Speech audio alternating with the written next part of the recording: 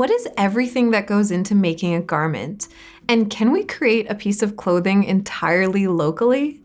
I'm going to find out. Similar to the 100-mile diet or farm-to-table movement, I've challenged myself to apply this concept to clothing and see if we can create a garment from start to finish in Edmonton and Alberta.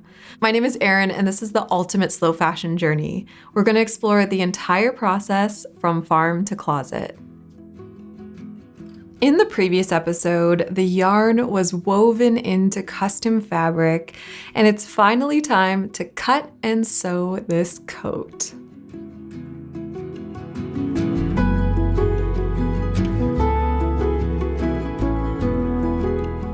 This is it, the final stage of making this local coat. I have my lovely finished fabric with the stripes positioned according to our plan, and now need to cut it all out. Because I don't have any spare fabric and there's no room for mistakes, in preparation of cutting, I first went over all my pattern pieces to triple check for any errors and also revisited my final prototype.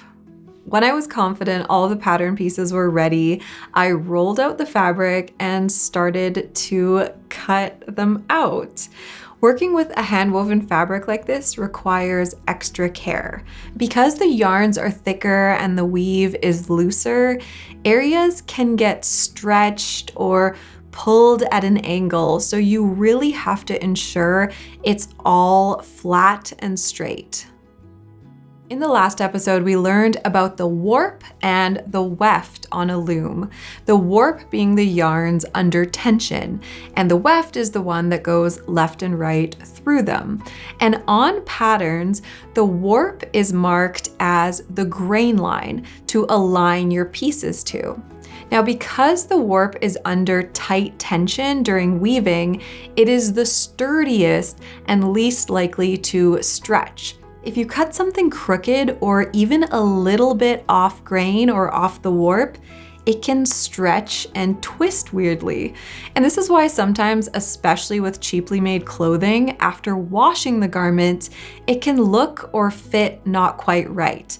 Maybe you've experienced a pair of pants, for example, where the side seam twists a little bit to the front or back. Bending or twisted seams are the most common sign that a garment was cut a bit off from the grain line. So I carefully laid and cut all my pattern pieces out, and then it was time to sew, and here is where I ran into a roadblock. When I started this project, my goal was to make a garment entirely locally and from 100% local materials. But there is no local thread that can work in a sewing machine. I could hand sew the entire coat with the wool yarn, but that would take a lot more time. And I also have deadlines with the filming of this project, so I made the decision to use my sewing machine. I do still want the garment to be entirely natural and biodegradable, so instead of polyester thread, which is what most of our clothes are sewn with, I'm using organic cotton thread. But this is unfortunately one component which I could not source locally. I am still doing a lot of hand sewing with the wool yarn though. For example, all of the raw edges, I'm doing a blanket stitch on to finish them.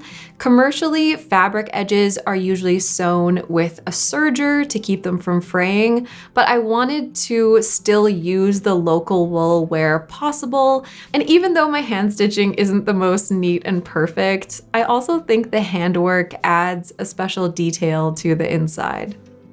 I also use hand sewing to create a blind hem, so there's as little stitching on the outside as possible.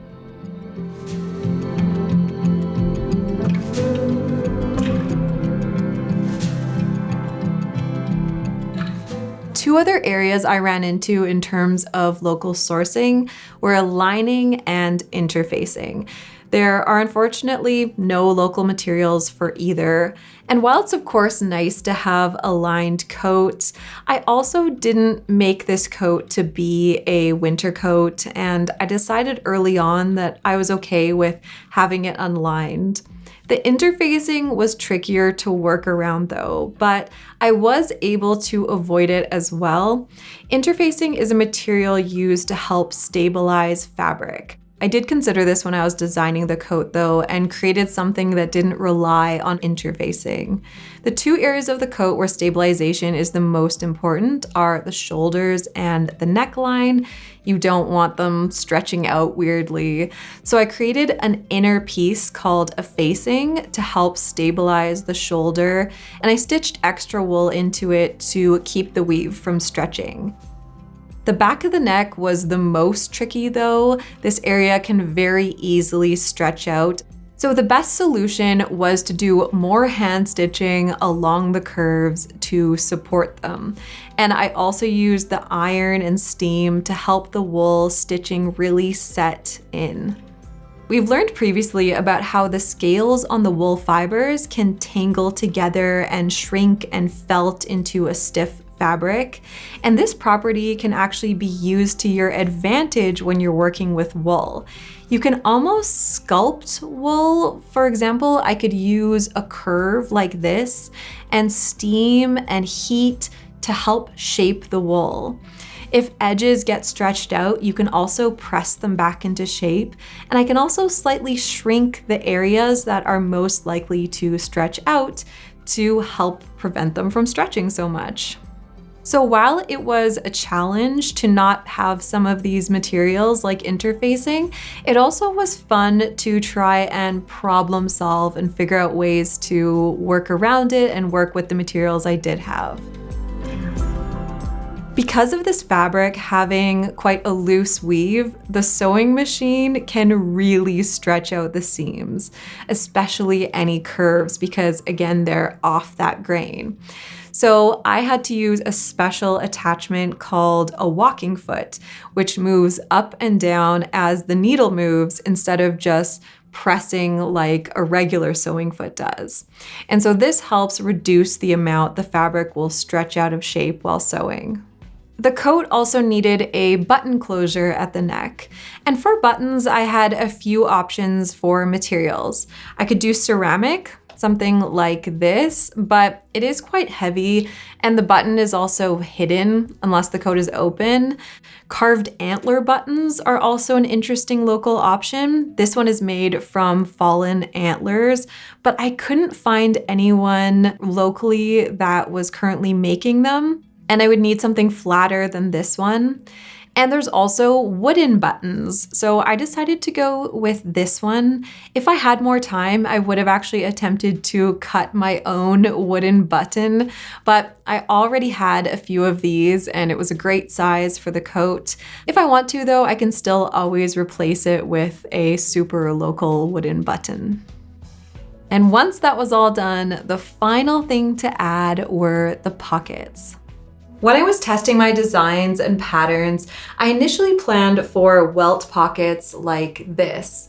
And this is a great example of why slower fashion and making time to test patterns and do mock-ups is so important, because pockets like this actually don't work well for this design. I stitched a line here to represent the dyed stripe to check positioning, but as you can see, the pocket actually distorts the stripe, and the stripe would get even more wavy with the weight of the pocket. Since the main design detail is this bold stripe, I need that line to be straight and not wavy. So the best option for pockets would be to move them into the side seam here, but practically I don't like coat pockets all the way over on the side. So I'm going to be doing a patch pocket on top instead. When I was at Swish Vintage looking at their coats, there was one which had a patch pocket, which had no top stitching around the edges. So I was thinking about maybe doing something like that because I wanted as little visible lines and stitching as possible. But then while I was hand sewing the coat, I had a new idea.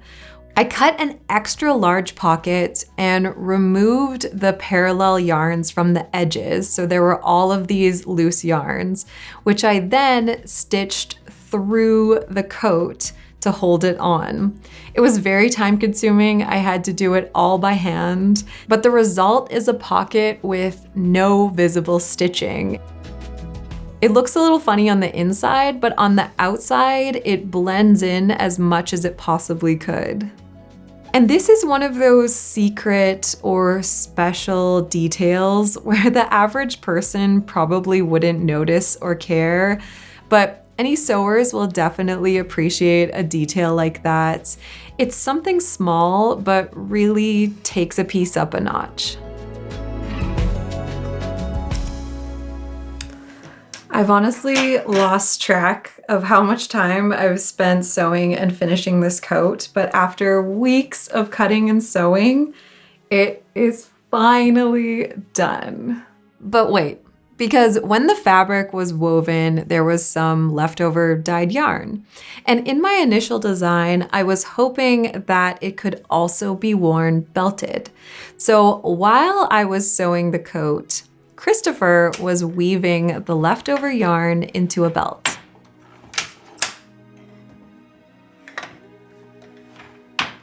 Weaving for me was very happen chance. I'm a Métis citizen of the Alberta Métis Nation, and I was at the annual gathering one year, a couple of years back, and their art collective was looking for various artists to sign up and volunteer to take a weaving course. And at the time, I really didn't know much about it, and they taught the group of us how to weave so that we could bring sash weaving back to the Métis Nation. There was a few of us, myself included, who just kept going deeper and deeper down rabbit holes. We just loved the weaving so much, we just kept doing it.